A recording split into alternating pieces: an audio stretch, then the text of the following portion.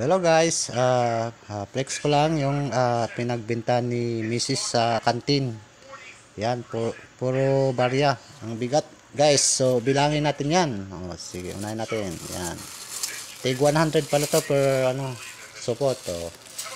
So, 1, 2, 3, 4, 5, 6, 7, 8, 9, 10, 11, 12, 13, 14, 15, 16, 17, 18, 19, 20. So 2,000 na barya guys yung pinagbintahan ni Mrs. ko sa kantin. So thank you pala sa bumibili and God bless.